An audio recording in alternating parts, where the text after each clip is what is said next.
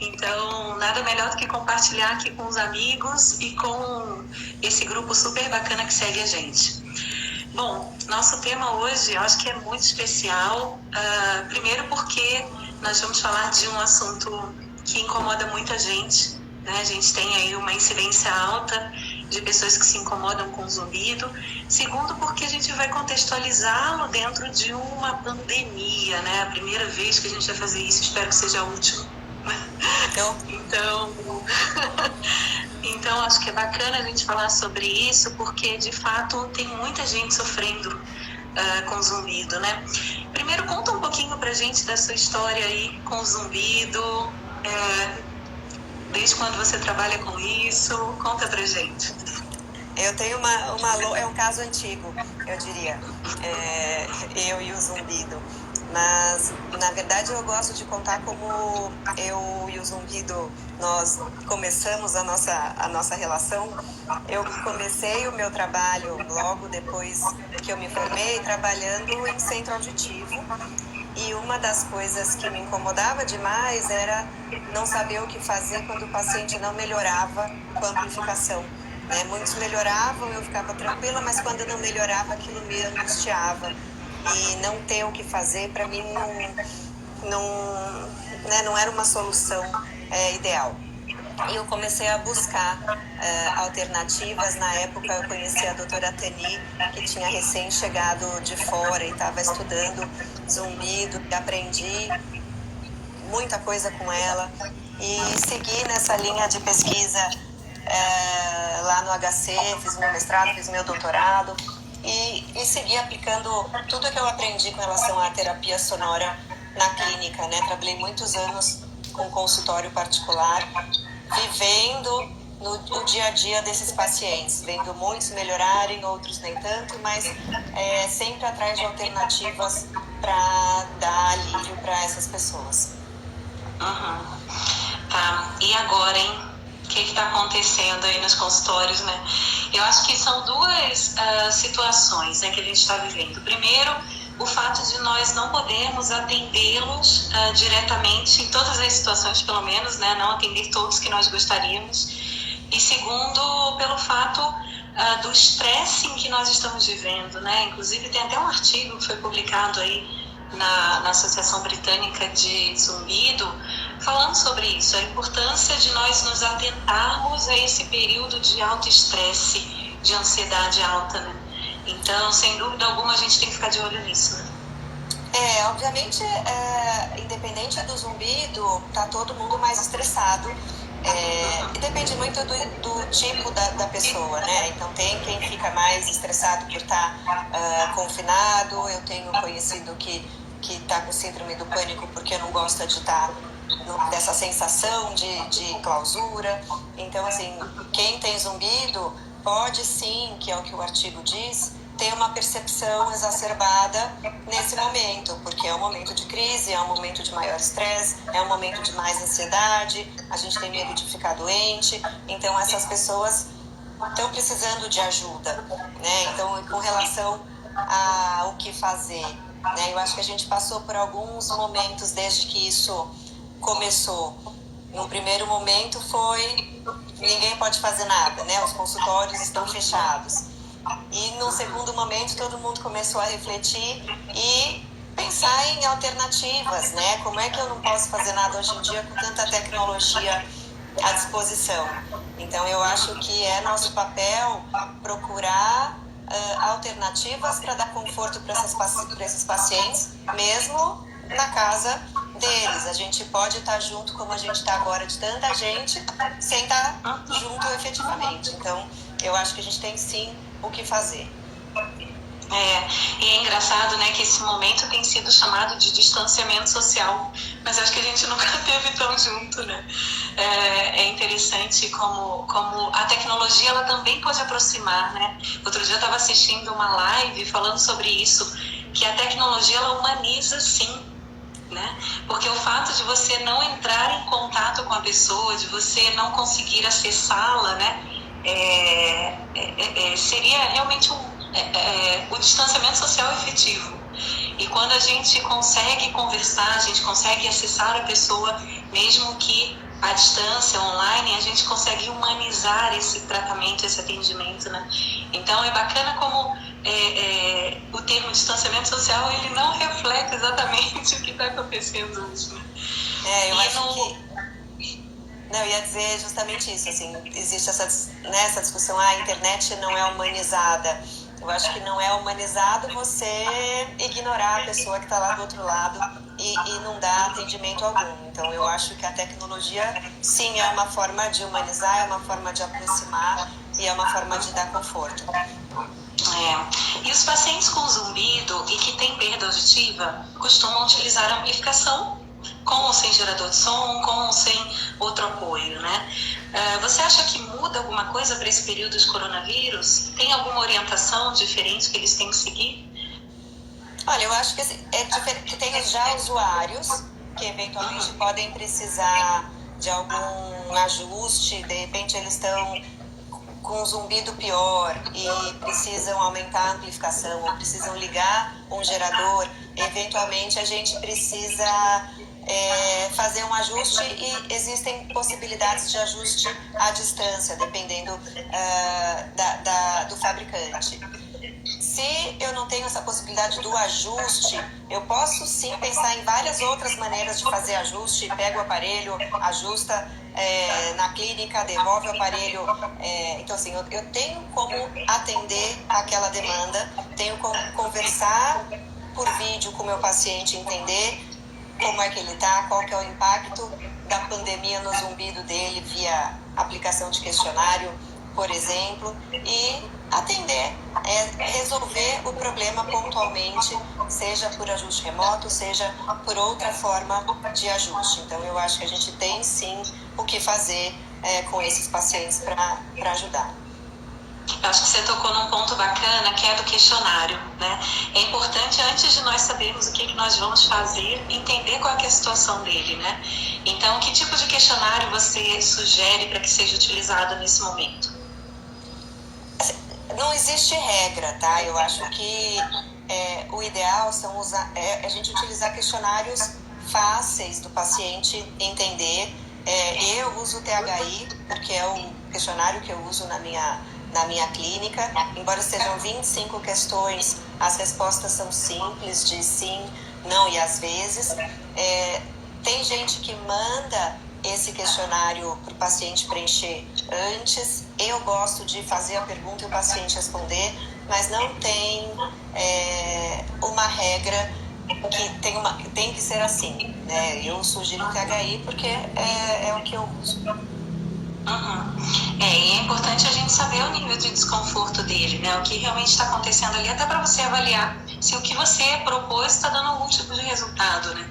Então é bacana a gente mapear isso durante o tratamento, independente se é Covid ou não, isso tem que acontecer, né? E muitas vezes, eu vou te dizer o que tem acontecido comigo nesses dias, 40 dias, acho, de confinamento.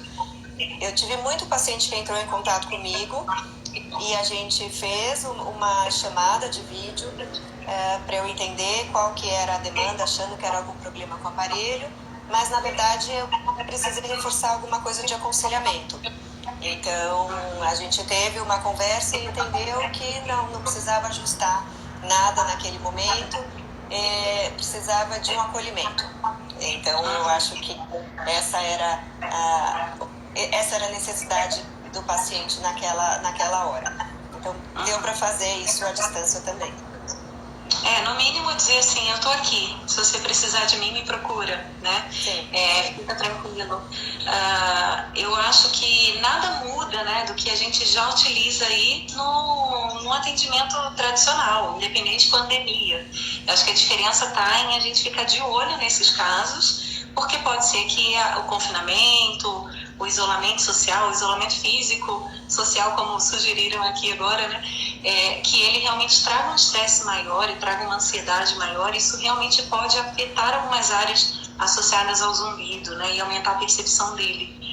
E aí a gente utiliza as estratégias comuns, né? O aconselhamento, amplificação para quem tem perda. Para quem não tem perda, como é que a gente faz? Essa pergunta sempre aparece, é o drama, né, de todo mundo. Para quem não tem perda, também precisa do aconselhamento. E só um parênteses, assim, a gente parte do princípio que essas pessoas já passaram por otorrino, já tem uma investigação diagnóstica e foram encaminhadas para terapia sonora, né? Então a gente não pula etapas no tratamento do zumbido, porque é um tratamento que requer essa interação multidisciplinar. Então, para quem não tem perda, já foi investigado, recebeu essa indicação de terapia sonora, a gente tem a opção de fazer o aconselhamento e ou indicar o uso de gerador de som retroauricular. Então, são os aparelhos auditivos com o microfone desligado, e com o gerador ligado, ou os geradores externos, a gente fala os geradores de mesa. Então, aí vai depender do bolso de cada um, do impacto do zumbido para cada um. Então, a gente sempre tem essas possibilidades de oferta. E a gente vai oferecer e o paciente vai decidir, e nós junto com ele, obviamente, o que é mais viável para ele naquele momento. Você falou de terapia sonora, né? E quando eu fiz a enquete aqui no grupo, eu perguntei quais são os temas que vocês gostariam de ouvir aqui na live. E teve uma colega que pediu terapia NOT, né? E explica pra gente, por favor, qual seria a diferença de terapia sonora para terapia NOT. Tá. A terapia NOT, ela é uma outra alternativa para o tratamento do zumbido.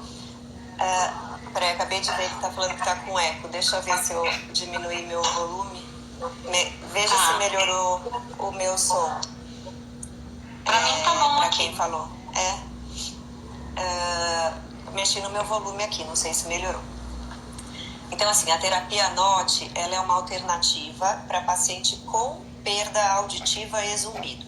Então, ela não é para esse público que a gente estava comentando agora sem perda. O que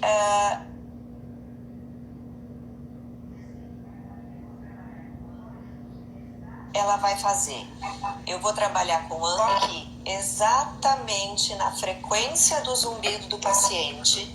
Eu vou filtrar a amplificação. É como se eu tivesse um contraste entre amplificação, zero de amplificação e amplificação de novo. É um filtro muito estreito. NOT significa filtro, gap.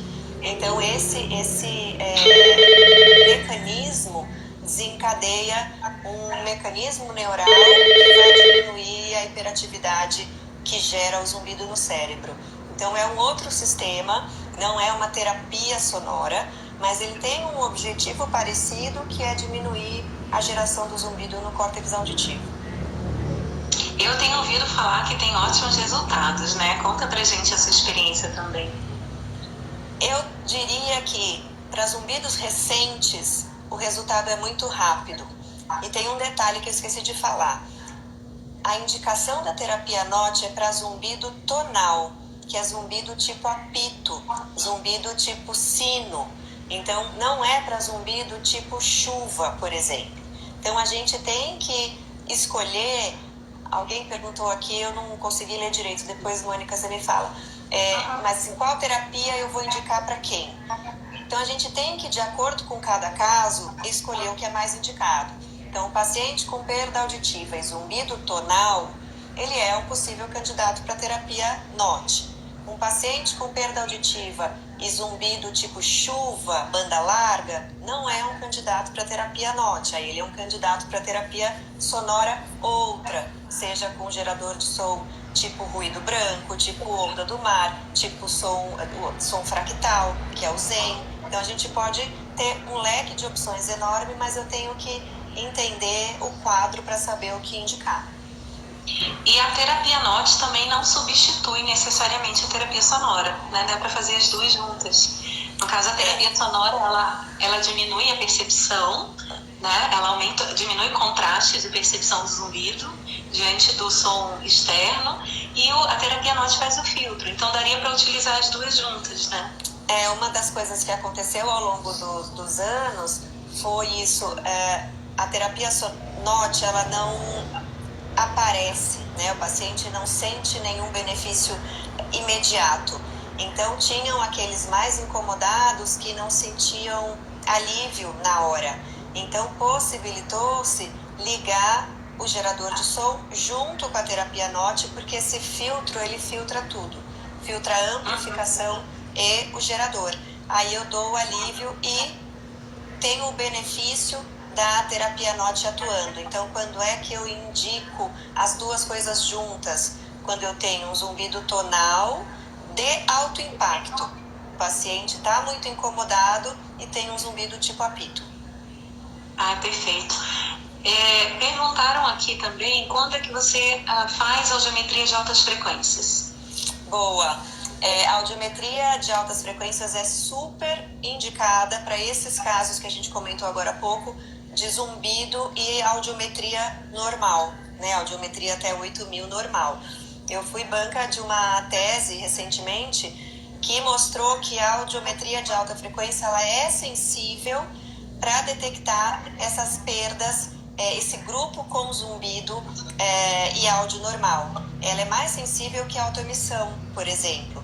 Então, se eu tenho um paciente com zumbido e audiometria normal, pode ser que eu tenha, sim, alteração na via auditiva, só que o audiograma convencional até 8.000 Hz não foi sensível o suficiente para detectar. E outra pergunta, quando é tonal num ouvido e pulsátil no outro? Bem fácil. Mas é comum, a vida como ela é. Então, a terapia NOT, ela é pro tonal. Então, eu posso usar para tratar o tonal desse ouvido aí. Ele não vai ter ação no pulsátil. O pulsátil a gente tem que entender se tem alguma outra causa específica. Pulsátil costuma ter causas bem... Adicionar o gerador de som para ver se traz algum alívio. Mas o NOT não tem uma indicação específica para zumbido pulsátil. Seria terapia sonora. Seria terapia sonora e checar a causa, porque pode ter tratamentos outros para zumbido pulsátil. Tem outra pergunta aqui. A curfenometria em altas frequências? Essa foi a pergunta. A curfenometria, se você tem audiômetro com altas frequências, óbvio, a gente vai... E se o zumbido desse paciente está nas altas frequências, a gente vai pesquisar nas altas também. O que acontece é que é muito mais comum o zumbido estar nas frequências entre 4 e 8.000 Hz. Então, eventualmente, eu vou achar um zumbido lá em 12.000. Mas a grande maioria dos zumbidos, eles estão ali entre 4 e 8.000 Hz. E eu acho bacana também a gente... o pessoal tá falando que tá travando, mas para mim o som tá legal. Eu acho bacana também a gente deixar claro aqui o objetivo da curfenometria, né? Porque não adianta a gente fazer uma curfenometria em altas frequências, identificar lá um zumbido em 12.000, 13.400, sei lá, qualquer frequência mais alta, se a gente não souber o que faz com isso, né?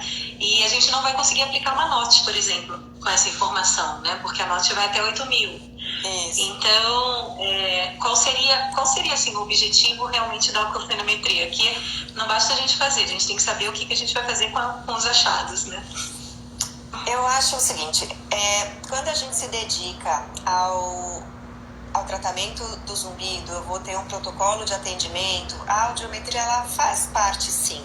Eu acho super importante eu conhecer aquele zumbido, saber qual que é a frequência, qual que é a intensidade, se é um zumbido fácil de mascarar ou não, porque eu já tenho uma noção se quando eu for adaptar a amplificação eu vou ter um alívio mais rápido ou vai ser um zumbido mais rebelde. Então, a curfenometria ela é parte do protocolo de avaliação e tem resultados que modificam ao longo do tempo. Então, conforme eu vou avançando no tratamento, eu uso esse resultado para ver a melhora do sintoma. Então, eu acho importante usar.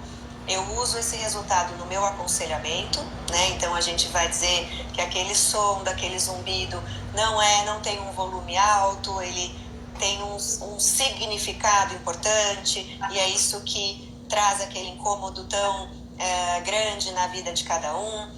Então a gente usa isso no aconselhamento, a frequência para eu saber, eventualmente, que tipo de aparelho eu vou escolher, porque um zumbido que está numa frequência mais alta, eu posso lançar mão de uma amplificação que vá mais longe, né? Eu posso ter um microfone que capte mais uma faixa de frequência mais ampla, e aí eu consigo acessar aquele zumbido. Então, me traz informação importante para a reabilitação. Sem contar que a gente diz para o paciente, né? Realmente eu entendo o que você está sentindo. Seu zumbido tem nome, tem sobrenome, né? Eu acho que essa empatia é super importante. É muito legal.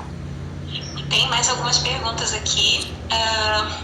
Teve uma pessoa aqui que colocou o seguinte, que ele tem um zumbido 24 horas sem parar, ele apita, é rebelde, já tentei mascarar, o que eu faço? É difícil eu te falar o que você faz assim só com essas informações, mas assim, o caminho é primeiro ir num otorrino especialista em zumbido, porque eu acho que a investigação é super importante. Segundo é saber se tem perda auditiva envolvida no processo, porque se a gente tem uma perda auditiva, mesmo que num grau leve, a gente tem muitos casos de sucesso com amplificação. E outra coisa é que, além da amplificação, tem vários recursos que a gente pode associar. Então, o seu zumbido é tipo apito, a gente estava falando da terapia NOT, é um recurso, mas além da NOT tem outros, então só vai depender assim, da avaliação mesmo. Então, é difícil saber assim, assim, né, só com essa frase, mas o meu conselho é ir atrás das alternativas, porque elas existem. E reduzem o nível de incômodo com o zumbido, né? Que eu acho que é o principal objetivo do nosso trabalho, né? Quando o paciente procura a gente, além de fazer o tratamento da perda auditiva em si, ele precisa também reduzir essa percepção do incômodo, né? E acho que a gente está preparado para isso. Tem uma outra pergunta aqui: zumbido pode aparecer a partir de um trauma psicológico, depressão, por exemplo? O zumbido tem várias causas descritas, 200, 300 causas. Uma das causas é emocional. Então, tem sim causas emocionais desencadeando o aparecimento do zumbido. Por isso que é importante sempre a investigação, né? Então, eventualmente, preciso tratar da causa emocional para resolver o meu problema. Obviamente, a gente sabe que um problema emocional piora qualquer sintoma, né? Não é à toa que quem tem zumbido piora do zumbido quando está estressado, nervoso, ansioso. Mas é importante a gente ter essa noção que o zumbido pode sim ser causado por alguma alteração emocional. Também comentaram aqui que o problema é para dormir, né? E realmente é justamente na hora que mais incomoda, porque aumenta o contraste, né? Quando a gente está num ambiente silencioso, a percepção do zumbido ela aumenta. Então, é super comum essa queixa. Então, muitos pacientes referem piora da percepção quando vão dormir ou à noite, quando chega em casa e está mais silêncio. A gente indica o uso desses geradores de som de mesa, que podem ser usados na cabeceira, ou eles podem ser usados na fronha. Tem caixinhas de som que a gente coloca no travesseiro. Então, essa estimulação acústica, ela, além de ser feita durante o dia via gerador, via amplificação, ela é super importante de ser feita à noite também, porque os ouvidos não dormem, né? Eles não desligam. Então, essa estimulação acústica, ela vai fazer esse trabalho de estimular e diminuir essa hipersensibilidade que está lá dentro do sistema. Tem uma outra pergunta aqui. Tem estudos de terapia do diapasão para tratamento? Eu não conheço. Também desconheço. Ela disse que tem um paciente que disse que está fazendo. Eu também não conheço. Se você quiser colocar mais alguns dados aqui pra gente, a gente pode pesquisar e depois eu publico na página. Falando em amplificação, eu lembrei de um ponto importante pra gente colocar aqui. Quando a gente fala em redução da percepção, a gente logo pensa em amplificação e gerador de som, né? Mas existem algumas estratégias que nós podemos fazer com a própria amplificação antes mesmo de ligarmos o gerador de som. Conta pra gente um pouquinho, por favor. É super importante e às vezes são dicas super simples e que passam batido no dia a dia, porque a gente, enfim, tá ocupado e tá tão acostumado a fazer ajustes que não se atenta. Então, uma das coisas super importantes é lembrar que o paciente com zumbido precisa de estimulação acústica, precisa de som. Se ele precisa de som, não vale a pena eu ligar o redutor de ruído ou acionar esse redutor de ruído no máximo, por exemplo. Porque eu vou deixar aquele aparelho super silencioso e vou evitar a amplificação dos sons ambientais que seriam competidores para o zumbido. Então é uma dica para vocês evitar nos pacientes com zumbido acionar de uma maneira muito agressiva esse redutor de ruído. Um outro ponto é a gente pode aumentar a amplificação daqueles sons pouco intensos, a entrada de sons de baixa intensidade. Isso pode funcionar como uma estimulação acústica natural.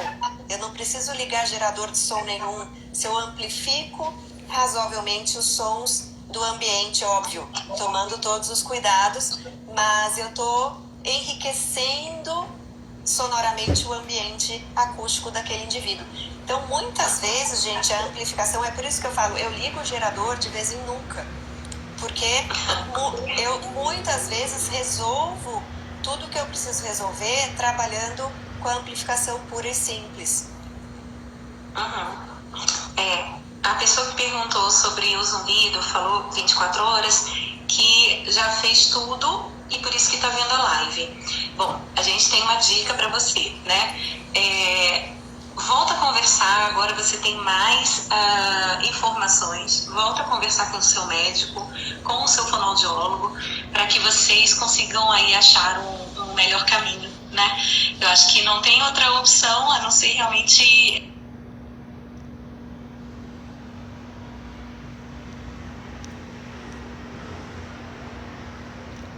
voltar a conversar, entender o porquê disso, né? Então acho que essa live aqui ela tem também esse objetivo da gente passar esse tipo de informação, por isso que é bacana reunir essas informações e depois voltar a conversar com o seu profissional de saúde. Teve uma outra pergunta aqui, para dormir, qual terapia você indica? A gente já conversou sobre isso. E a outra é, minha cunhada está ouvindo um barulho ritmado, tum, tum, tum. E só aparece quando ela deita. Isso pode ser zumbido? Acho que vale a pena falar um pouquinho do que é zumbido. O zumbido, a gente chama de zumbido qualquer som percebido nos ouvidos ou na cabeça e sem que eu localize uma fonte externa gerando esse som. Então, se só ela escuta esse tum-tum-tum, a gente chamaria esse tum-tum de zumbido, sim. Se esse tum-tum-tum for rítmico com a batida do coração, ele é um zumbido pulsátil que tem uma determinada causa e um determinado tratamento. Então, todo zumbido, gente, precisa ser investigado, porque cada tipo de zumbido tem um direcionamento diferente na hora da reabilitação. Então, sim zumbido e precisa de uma investigação com um médico. Otorrino. Ai, gente, tem outro comentário aqui. Achei que fosse só eu que não ligasse o gerador de som. Tem outro aqui. Uma grande parte dos pacientes com amplificação adequada e ganho / acesso adequados apresentam benefícios sem necessidade do gerador. Também vejo isso, mas temos que ter certeza que está ok. Eu acho bacana a gente tocar no assunto da questão da verificação também, não só da validação, mas também da verificação. Eu posso adivinhar quem fez esse comentário. Mas, assim, isso é uma verdade absoluta, né? Então, assim, se eu garanto o acesso ideal para aquela perda auditiva e com todos os ajustes necessários, com todas as amplificações adequadas nas frequências que o paciente precisa, a chance do benefício é enorme. Né? Eventualmente eu tenho sim um zumbido de altíssimo impacto, que isso também não vai dar conta e eu preciso de outros recursos. Mas no geral, se eu faço uma amplificação e verifico o que eu estou fazendo, porque a gente sempre fala o que aparece no software não é a realidade, né? Então o que a gente vê no software, aqueles números, não são é só o que ele propõe, né? Só que ele descreve de fato na orelha do nosso paciente.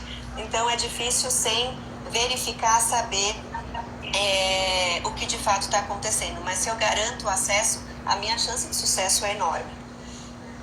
E tem verificação do próprio gerador de som também, né? Já existem protocolos para isso, né? Então, acho realmente importante tocar nesse ponto. Teve uma outra pergunta aqui. Zumbido tonal tipo apito é menos difícil de ser tratado? Não, eu não teria essa estatística. Eu só diria que para o zumbido tonal tipo apito, a gente tem essa alternativa da terapia NOT se o paciente tiver perda associada. Mas eu não tenho essa alternativa.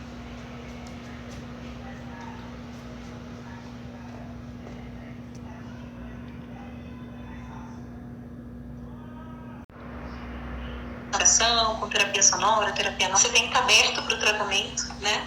E quanto antes você procurar esse tratamento, mais fácil vai ser e melhor vai ser o resultado.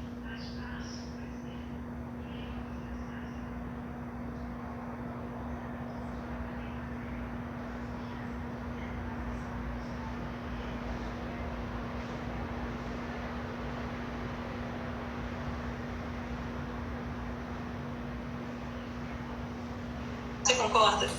Concordo plenamente. Assim, o tratamento é sem custos, então esse é um ponto super importante. N possibilidades. A gente pode não acertar de primeira vez, pode partir para uma segunda possibilidade, mas precisa começar pelo aconselhamento, porque tudo precisa ficar claro no início do processo, quais vão ser os caminhos que a gente vai seguir, e se eventualmente não der certo por um caminho, qual existem alternativas.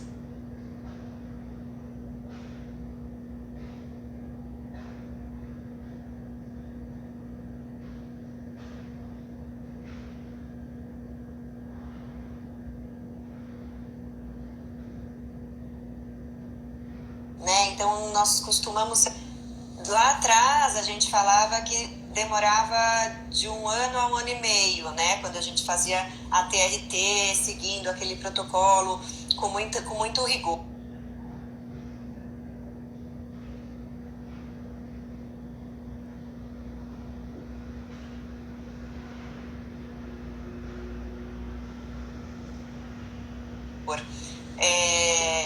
Em 2015, já não sei, no meu mestrado de mais de 77%, e no doutorado eu fiz essa medida com 3 meses e tive a taxa de melhora com mais de 75% também. Então a plasticidade ela é rápida, tá? Então depende muito também de paciente para paciente, de quanto tempo aquele zumbido está instalado. A Mônica falou muito bem do crônico versus agudo, né? Um zumbido de 20 anos demora mais para ir embora do que um zumbido mais recente. Mas a gente vê resultados rápidos, tá? Não precisa de 6 meses de uso para ver resultado. E eu acho que também tem uma orientação para quem trabalha com terapia NOT, de sempre rever o protocolo a cada 3 meses, né? Mas isso não que necessariamente tem que ter resultado em 3 meses, é só para rever o protocolo, né? E entender como é que está sendo o tratamento, enfim, varia de paciente para paciente, né? Acho que também pode ter um pouquinho disso. Também teve outro comentário aqui. Nossa, que bacana, tem tanta gente escrevendo. tomara que dê tempo da gente responder todas. Vamos lá. Tem paciente que escuta uma música. Isso é zumbido? Essa pergunta é super interessante. A gente chama de alucinose auditiva. E é interessante porque antigamente esses pacientes não falavam, né, que escutavam música, porque a gente ia regalar o olho e achar, né, corre para psiquiatria, porque isso tem cara de ser meio psiquiátrico. Mas o que a gente viu ao longo dos anos é que o paciente pode sim escutar música. Isso é mais comum em mulheres com perda moderada severa e tem a ver com um resgate de memória auditiva. Essas músicas são sempre conhecidas, né? Então é como se o próprio sistema buscasse um som do passado, que a pessoa tem lembrança, para se autoestimular. Então os pacientes que escutavam música que eu tive, a gente reabilitou com amplificação, porque eram pacientes com perda severa. Tive casos que melhoraram depois de 6, 8 meses de uso. Tive casos que seguiram ouvindo a música. Mas a amplificação é um recurso, sim, para tratar esses pacientes também. Bom, só um comentário aqui, que tem algumas pessoas que estão com o áudio travando, provavelmente por conta da internet. Mas eu vou deixar essa live salva aqui no canal e eu vou tentar baixar esse vídeo, eu vou ver como é que faz, que eu tô aprendendo a fazer live. Mas eu vou deixar salvo aqui no Stories e vou salvar no canal, no IGTV, para que vocês consigam assistir depois, quantas vezes vocês quiserem, tá bom? Vamos lá. Uso aparelho com gerador de som e nunca fiz terapia sonora, nunca me foi indicado. No meu caso, zumbido crônico. Vale a pena tentar terapia sonora? O próprio aparelho, ele já é uma terapia sonora, digamos assim, porque a amplificação, ela é uma estimulação acústica. Então, se a amplificação está sendo suficiente para proporcionar alívio do zumbido, não precisa de mais nada.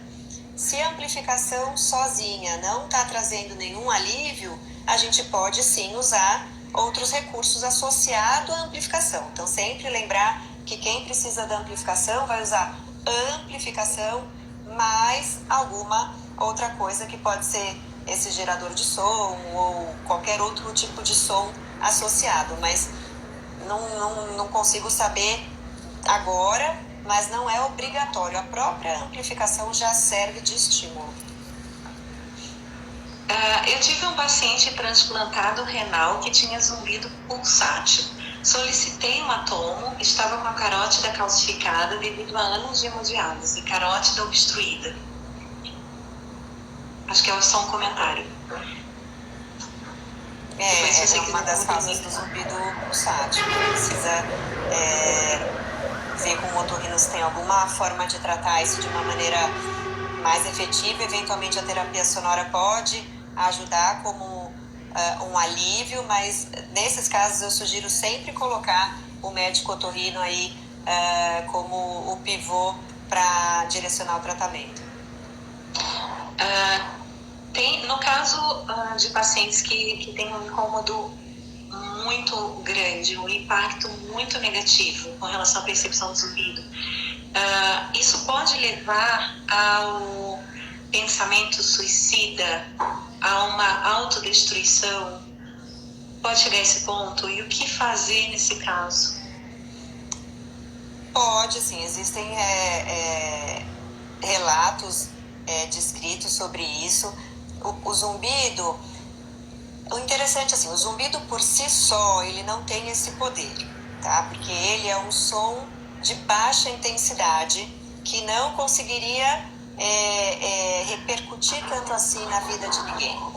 Mas o zumbido pode vir associado de outros problemas na vida do sujeito. O zumbido pode ter uma conotação muito negativa, e o fato de não ter controle sobre esse sintoma é uma das coisas que deixa as pessoas muito desesperadas. É por isso que zumbido ele é um sintoma multidisciplinar, né? Então, assim, precisa de um médico que direcione esse tratamento, porque no caso de pensamento de autodestruição, a gente precisa de outros profissionais atuando em conjunto, porque tem muito a ser feito, né? Então a gente tem alternativas de tratamento, tem alternativas de terapia que tem taxas de sucesso enormes, então precisa mesmo procurar auxílio e encontrar o profissional ideal ou quais os profissionais ideais pro sucesso ou pro alívio. Muitas vezes tem um tratamento que antecede, né, o tratamento do zumbido, né? É importante a gente deixar claro aqui, porque tem alguns comentários sobre o assunto. Tem um outro que eu acho que dá o gancho para a gente falar sobre perda auditiva leve, que eu também gosto muito de falar sobre esse assunto, né?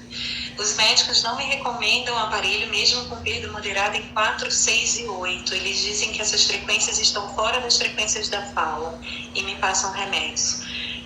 Independente do seu caso, né, eu acho que a gente não vai tratar aqui de um caso específico, acho bacana a gente falar da perda auditiva leve, do tratamento dela, né? Muitas vezes a gente remedia ou não deixa o zumbido aparecer por uma intervenção não precoce, porque a perda auditiva já foi instalada, mas uma intervenção o quanto antes, né? Então, a indicação realmente você tem uma perda auditiva, busca um tratamento. Caso não tenha outra opção medicamentosa, cirúrgica que você possa fazer, busca amplificação. A amplificação ela não é só para você entender melhor, né? A dificuldade de comunicação seria o final da história, vamos dizer assim. Você concorda comigo?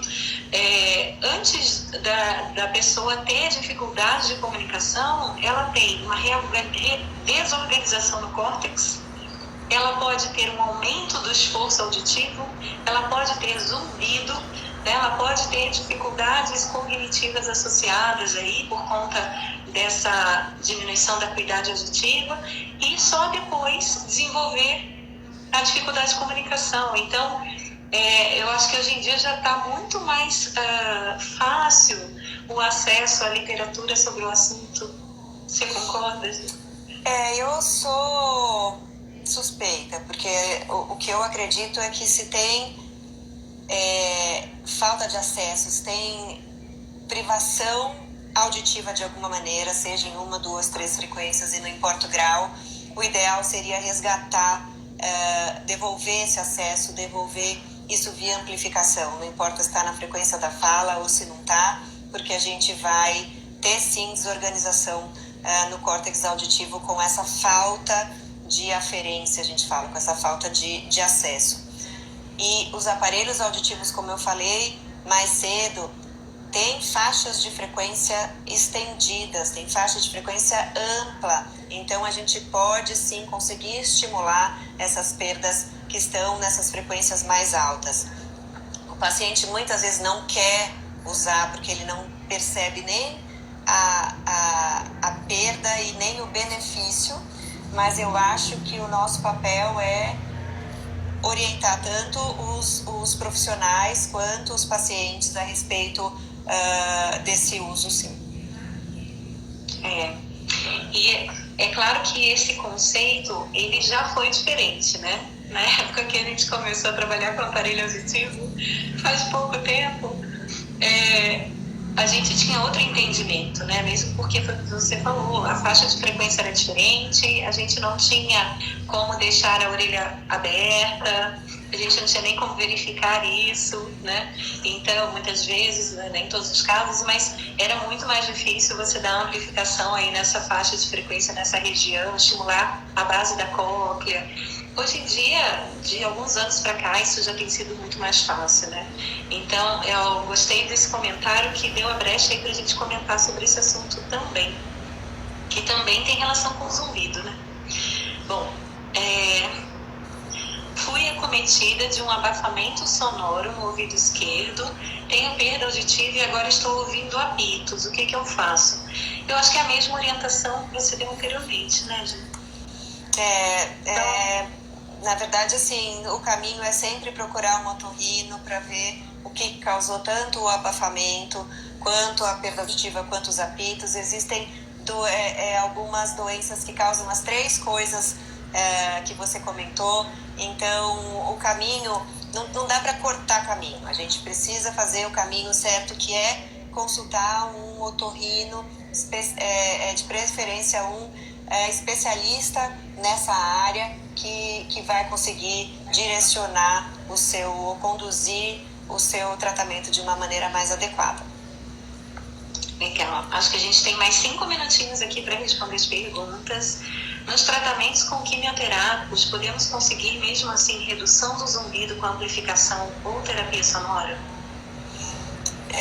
Eu já tive muitos pacientes pós-químio com perda e zumbido que sim, e a gente teve sucesso com amplificação, às vezes amplificação pura e às vezes amplificação associada a outro tipo de recurso.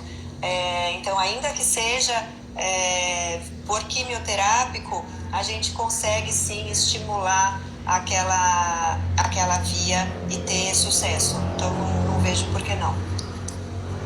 Medicamentos para melhorar a vascularização da orelha interna podem melhorar o zumbido? Podem melhorar o zumbido, depende da causa, né? Então, de novo, cada tratamento vai funcionar para um zumbido específico. É por isso que a gente precisa investigar, né? Então, não existe um tratamento que vai melhorar todos os zumbidos do mundo. Então, existe sim um tipo de zumbido específico que melhora com esse medicamento. Mas é o médico otorrino que vai saber indicar e prescrever. Laser melhora o zumbido? Eu não tenho essa experiência e nem esse conhecimento para responder sobre laser. Também não. Quais são as novidades para o tratamento da otosclerose? Acho que vale a pena uma live depois sobre isso, né? A gente convida um otorrino também para falar sobre isso. Acho que vai ser bacana. Mas obrigada pela pergunta.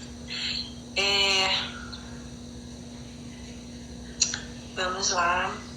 Tem muita gente se juntando aqui ao grupo das fonos novas.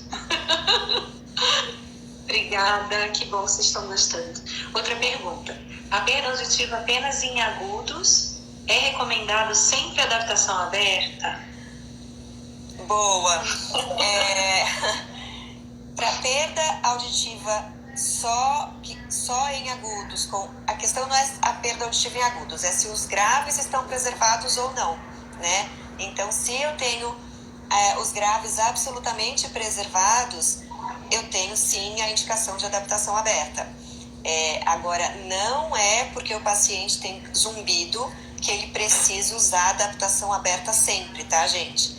Isso é um conceito do passado que já caiu por terra. A gente já tem estudo cego, controlado, mostrando isso. Então, se eu tenho uma perda auditiva em frequências graves, eu vou usar adaptação coerente com aquela perda. Eu não preciso usar adaptação aberta para todo paciente com zumbido. Legal. Outra pergunta aqui. O zumbido grave contínuo está associado a alguma patologia específica?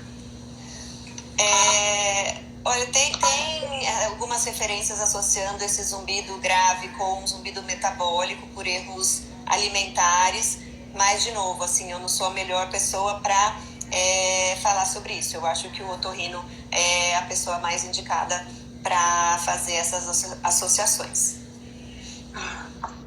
Legal. Tem uma sugestão aqui de live sobre síndrome de Meniere. Então, a gente tem síndrome de Meniere, otosclerose. Nós temos que voltar. Daí o otorrino consegue fazer um panorama geral sobre essas doenças de ouvido.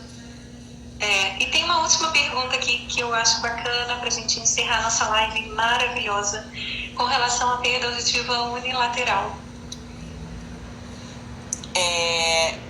E zumbido, claro. Tá. Então, assim, perda auditiva Unilateral também é um universo, tá? Mas eu acho que mediante uma perda auditiva unilateral a gente tem que agir. Existe perda leve, moderada, de todos os graus. Independente do grau, a gente tem formas de agir diferente.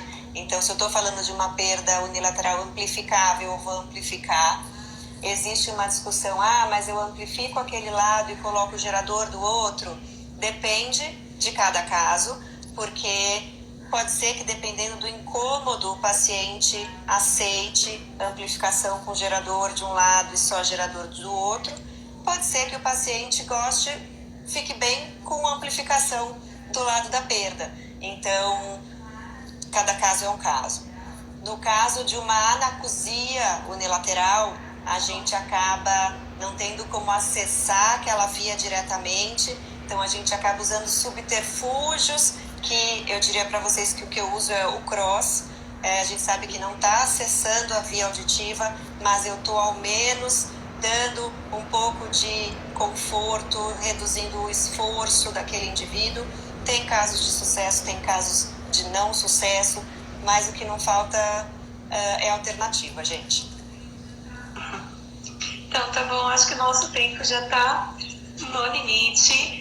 A gente vai deixar as perguntas agora para uma próxima live. Você já está convidadíssima para voltar aqui no canal para a gente fazer a parte 2. Obrigada, gente. Obrigada a vocês aí, obrigada às minhas amigas todas que passaram por aí elogiando. Obrigada, Mônica. Um beijo para todo mundo. Obrigada, eu te agradeço. Foi sensacional. E muito obrigada aí pela presença e participação de todo mundo. A gente vai dar continuidade a essa live, podem ter certeza.